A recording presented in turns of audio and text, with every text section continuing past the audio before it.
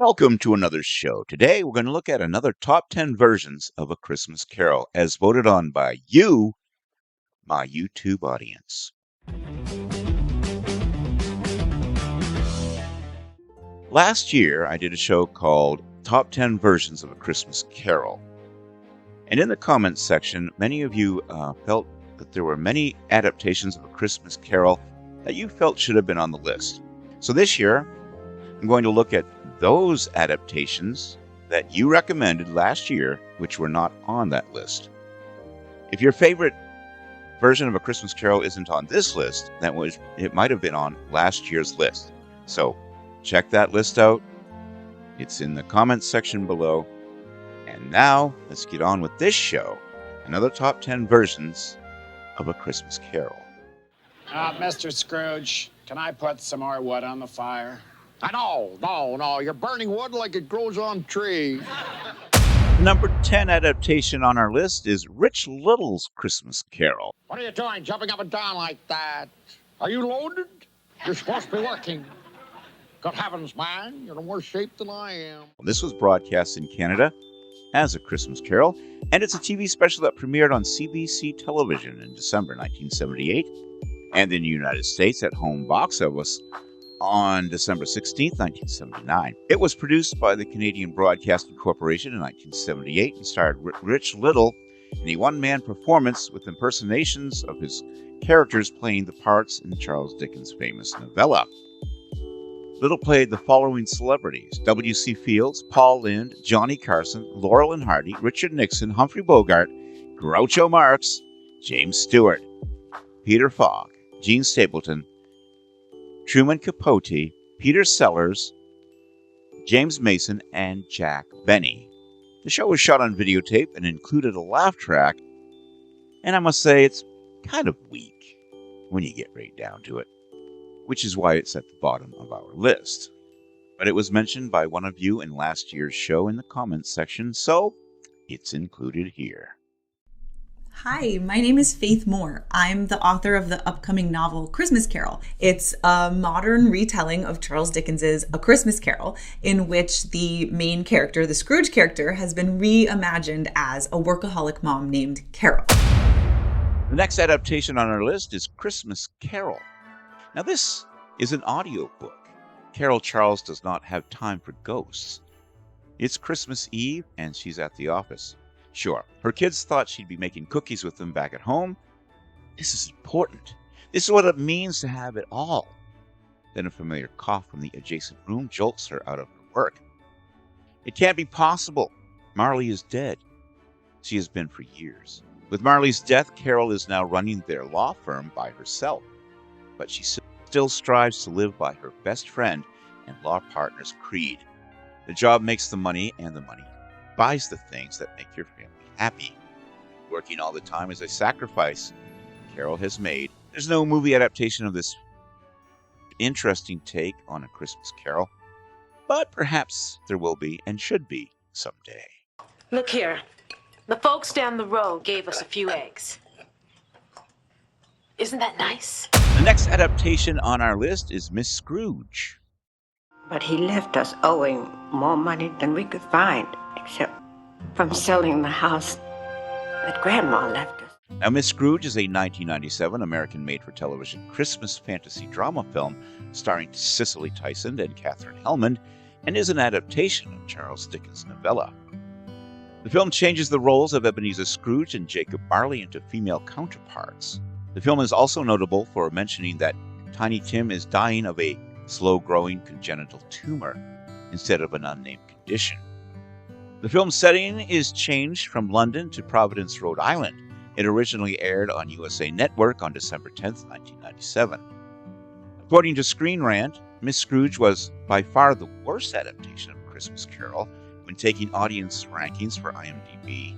It was stated that though the movie's attempt to approach the story in a new and never-before-seen way failed at being original or at least somewhat good. It concludes by saying that an amount of alterations made could have been the reason for its poor performance. Although the movie as a whole may have received a negative feedback, Ryan Heffernan from Collider praised Cicely Tyson's portrayal of Scrooge as touching and delicate. And at least one of the commentators on my first video on A Christmas Carol enjoyed it, so it made it to this list. Only fools waste their time and money on frivolity. Be gone, sir! Life will pass you by in just a while, sir. Go your sorry And it may be way. later. The next adaptation on our list is A Christmas Carol, the musical. Scrooge! Mr. S., you look as if you'd seen a ghost. This is a 2004 American musical television based on the 1994 stage musical by Alan Menken and Lynn Ahrens, inspired by the 1843 novella of the same name by Dickens. Directed by Arthur Allen Seidelman, the film stars Kelsey Grammer, Jesse L. Martin, Jane Krakowski, Jennifer Love Hewitt, Geraldine Chaplin, and Jason Alexander. The film premiered on November 28, 2004 on NBC Television Network. In the Christmas Past segment, Scrooge's father going to prison and Scrooge working at the boot factory are taken from Charles Dickens' own childhood and not from the novella Christmas Carol. During the opening credits, a top-hatted urchin picks up a gentleman's pocket, stealing his pocket watch. He then passes the watch off to a long-coated man standing nearby. This is an obvious nod to the Artful Dodger and Fagin from Oliver Twist, also Charles Dickens. This version is unique in that Scrooge meets all three Christmas ghosts in human form before meeting them as spirits. The situation is similar to the three Kansas farm workers, Mrs. Elmira Gulch, and Professor Marvel in The Wizard of Oz. And the next film on our list is An American Christmas Carol. This is a 1979 American made-for-television fantasy drama film directed by Eric Till and loosely based on Charles Dickens' 1843 novella. It first aired December 16, 1979 on ABC. In Depression-era Concord, New Hampshire, a miserly businessman named Benedict Slade, who is the Ebenezer Scrooge in this story, receives a long-overdue change in outlook one Christmas Eve when he is visited by three ghostly figures who resemble three of the people whose possessions Slade had seized to collect on unpaid loans. Assuming the roles of the ghosts of Christmas past, present, and future from Charles Dickens' classic story, the three apparitions force Slade to face the consequences of his skinflint ways, and he becomes a caring, generous, and more amiable man. It would take 5 hours to apply the old age makeup for Henry Winkler. Moreover, said old age makeup took about an hour to remove. The $25,000 raised during the war bond rally would be equivalent to over $500,000 in the 2020s. It seems unlikely that a local bond rally could raise that much money. The $850 Ben contributes would be over $18,000 in the 2020s. Do I look great or what? Makeup's not bad either, Betty. Of course, you had so much to work with. Well, this is your big moment, Mr. Scrooge. The next adaptation on our list is The Flintstones Christmas Carol. My hat! I say, Wilma, are we quite ready? I'm ready to clobber my leading man, Mr. Brickens. Cue the snow. The Bedrock Community Players is mounting a Christmas Carol, and all of the town citizens are either planning to attend or be involved in the production. Barney Rubble is playing Bob Craggett, with Betty as Mrs. Craggett, and his son Bam Bam as Tiny Tim. Mr. Slade is Jacob Marbley. Wilma Flintstone is serving as the stage manager, while her daughter Pebbles plays Martha Craggett. Even Dino has a role, playing the Craggett's family pet. It is Fred, though, who has landed the leading role in Ebenezer Scrooge. Unfortunately, he has let his role go to his head, thinking himself a star and spending all of his time rehearsing his lines rather than focusing on his job or family. On Christmas Eve, in his rush to get to work and complete his Christmas shopping, Fred forgets that he must take Pebbles to Cave Care and later to pick her up from Cave Care. When Fred arrives at the theater, he discovers a furious Wilma who breaks down in tears as she tells Fred about his mistake. The final full-length Flintstones project for the original voice of Wilma, Gene Vanderpyle, Bam Bam Rubble, Don Messick, and the longest-running voice of Fred Flintstone, Henry Corden, the second Fred, who inherited the role from 1977 to 2000. The final Flintstones film to be created and produced by the original Hanna-Barbera Productions. This animated TV special was released in 1994, the same year of the live-action Flintstones film, with John Goodman playing Fred Flintstone. I'll drink to Mr. Scrooge, even though he is odious and stingy and badly dressed. Humbug. The next film on our list is The Muppets Christmas Carol. The bookkeeping staff would like to have an extra shovel full of coal for the fire. We're such a fools. How would the bookkeepers like to be suddenly Unemployed! This film stars Michael Caine as Ebenezer Scrooge alongside Muppet performers David Goles, Steve Whitmer, Jerry Nelson, and Frank Oz. It is the first Muppet film to be produced following the deaths of creator Jim Henson and performer Richard Hunt. The film is dedicated to both, and the film was released in the United States on December 11, 1992 by Buena Vista Pictures Distribution under its Walt Disney Pictures label. It was a modest box office success and received generally favorable reviews. It's the first Muppets film to be produced by Disney, whose parent company would acquire the rights to the Muppets characters and assets in 2004. The film's reputation has grown in the years since its release, and it is often listed as one of the best Christmas films of all time. Before production began, Sir Michael Caine told producer and director Brian Henson, "I'm going to play this movie like I'm working with the Royal Shakespeare Company. I will never wink. I will never do anything Muppety. I'm going to play Scrooge as if it's an utterly dramatic role and there are no puppets around me." Henson replied, "Yes, bang on." This was the first major Muppet project after creator Jim Henson's death. The role of Kermit the Frog was handed down to Steve Whitmer. He said he was incredibly nervous about taking over such an iconic character. The night before he recorded Kermit's songs for the movie, he had a dream where he met Henson in a hotel lobby and told him how unsure he was. In the dream, Henson reassured Whitmer that his feelings would pass.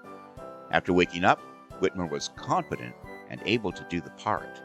Look very closely in one of the crowd sequences. One of the background Muppets is a lobster hanging out of a basement window. This is a reference to the line, "like bad lobster in a dark cellar," one of Charles Dickens' weirder turns of phrase. No. This is the only movie adaptation where Charles Dickens appears during the story. It's also the only adaptation where Fezziwig, or Fozziwig in this movie, is seen alive at the end, as an elderly Fozzie Bear and Sam the Eagle are seen near the end. Then, like the other movies about the book, Scrooge has several bookkeepers, rather than just Bob Cratchit as his only member of staff. Producers originally wanted Jack Lemmon to play Scrooge, but Lemmon wanted to play Kermit. The producers decided Lemmon was kind of out of his mind and cast Michael Caine instead. 13 million human beings have tuberculosis. There are 10 million blind. There are 130 million cases of malaria. The next adaptation on our list is Carol for Another Christmas. Killing of each other until there remains only the one individual me. And that's a 1964 American TV movie written by Rod Serling as a modernization of a Charles Dickens 1843 novella. And it's a plea for global cooperation. It was the first in a planned series of television specials developed to promote the United Nations and educate viewers about its mission. It was originally televised on, you guessed it, ABC, on December 28, 1964. It was not shown again for 48 years until Turner Classic Movies broadcast it on December 16, 2012. The film was the only television program ever directed by Joseph L. Mankiewicz and included Peter Sellers' first performance after recovering from a near-fatal heart attack early in '64. The film also featured Sterling Hayden, who had previously co-starred with Sellers in Dr. Strangelove, and Britt Eklund, who was married to Sellers at the time. You can watch this free on YouTube if you are interested. In Rod Serling's original script, the lead character's name was Barnaby Grudge, i.e., begrudge, a play on the word begrudge. Now, ABC censors thought that viewers would miss that illusion. Similar initials of BG instead would be believable as the name chosen as a slap at U.S. Senator Barry Goldwater, the Republican presidential candidate in 1964. And they ordered the author to change the character's name. Serling settled on Daniel Grudge. Serling's original name would have made more sense because it is also a play on another Charles Dickens novel, Barnaby Rudge. Although loosely based on a Charles Dickens classic novel, there are two interesting differences between this movie and its source material. In this production, Marley is silent, not portrayed as the suffering spirit doomed to wander the earth of his chains, and the Ghost of Christmas Future speaks quite a lot, though still wearing an ominous-looking hooded cloak. The film was the sole television work done by film writer, producer, and director Mankiewicz, who was best known for All About Eve in 1950. Mankiewicz had helmed the $44 million remake of Cleopatra in 1963, which, while being the top-grossing release of '63, took 3 years to be profitable. In the wake of what seemed to be a potential loss to Fox, he wanted to do something smaller and safer. And this remained the one and only time he directed anything for television. Know you not the family of the man who has slaved for you from dawn to dark these many years? Bob Cratchit? The next adaptation on our list is Mr. Magoo's Christmas Carol. But they appear to be so happy. I pay Cratchit a wage of 15 bob a week. Their happiness lies in something apparently quite foreign to you. Jim Backus provides the voice of Magoo, with additional voices provided by Paul Frees, Maury Amsterdam, Joan Gardner, and Jack Cassidy. The special is directed by Abe Levitow and features songs composed by Jules Stein, with lyrics by Bob Merrill. Mr. Magoo is headed to a theater on Broadway, where he is starring as Ebenezer Scrooge in a musical production based on A Christmas Carol. Due to Magoo's nearsightedness, he arrives 30 minutes late and accidentally injures the director. It's great to be back on Broadway. The producers wondered if Jim Backus could handle the singing required for this TV special. They briefly considered using Robert Goulet for Scrooge's singing voice. This version of A Christmas Carol is unique in that the first spirit to visit Scrooge is the spirit of Christmas present, followed by the spirits of Christmas past and yet to come. Whereas in all other versions, Scrooge is visited by the ghost of Christmas past first, then present, and then yet to come. No records exist to explain this change, but some have guessed that it had to do with the running times and commercial breaks. Although it was originally produced for television, the TV special later received a theatrical release. And the word humbug is misunderstood by many people, which is a pity, since the word provides a key insight into Scrooge's original hatred of Christmas. The word humbug describes deceitful efforts to fool people by pretending to a fake loftiness or false sincerity. So when Scrooge calls Christmas a humbug, he's claiming that people only pretend to charity and kindness in an effort to delude him, each other, and themselves.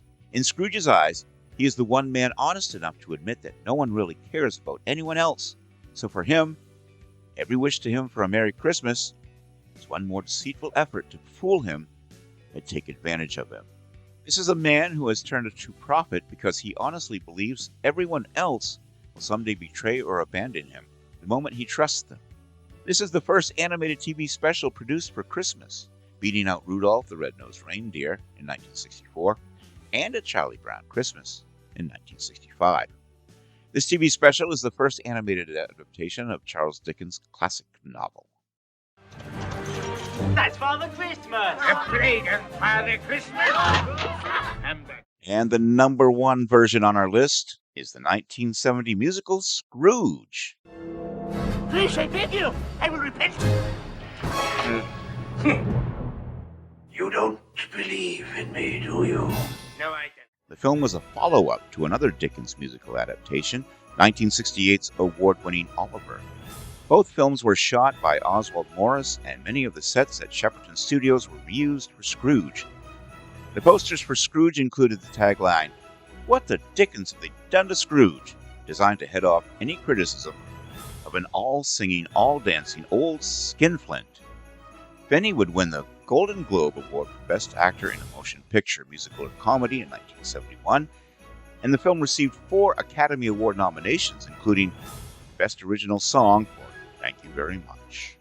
You've shown me a Christmas yet to come that mingles great happiness with great sadness. But what is to become of me? This film features Alec Guinness as Jacob Marley, and he did not enjoy doing this movie. It required much more time than he expected because of the need of wires and harnesses for his floating character. He He suffered a double hernia that required surgery to repair. It took more than 3 hours each day to apply the old-age Scrooge makeup to Albert Finney, who was only 33 years old at the time. This was the first adaptation of the Charles Dickens classic to receive Academy Award nominations, 4 in total. The first to win an Oscar was A Christmas Carol in 1971. 2 years later, they were eventually joined by Disney's nominated Mickey's Christmas Carol from 1983.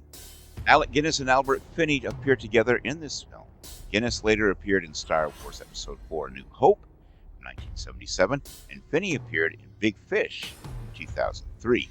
Both of their characters' younger selves are played by Ewan McGregor. After he falls into his future grave, there's a scene where Scrooge goes to hell. He speaks with Marley again and receives his chain. The giant chain is wrapped around him and starts choking him. Then he awakens in his own bedroom. This chain is then replaced by his bedclothes. Now, this whole hell sequence is often omitted when the movie is shown on television. The cut instead takes Scrooge from when he falls into the grave to when he awakens in his room. The chain isn't there, but his bedclothes are wrapped around him. He's having trouble breathing, as if he was being choked by the chain in hell. And that was our show for today. I would like to thank all of you who commented on last year's show and suggested all of these fine adaptations of A Christmas Carol. I appreciate you, and if you're not sure why your favorite was not on this list, make sure you check last year's show to see if that version was on the previous year's list. If there is a version that you have not seen covered either in this show or last year's show, please let me know in the comments section below. And what was your favorite version of A Christmas Carol? Let me know that as well. And until next time, this is Kevin Given, and I would be honored if you subscribe to my channel. Click that little bell to stay informed. Share this video, as that will help me grow on YouTube as well. And until next time, live long and prosper. May the force be with you, and keep reaching for the stars.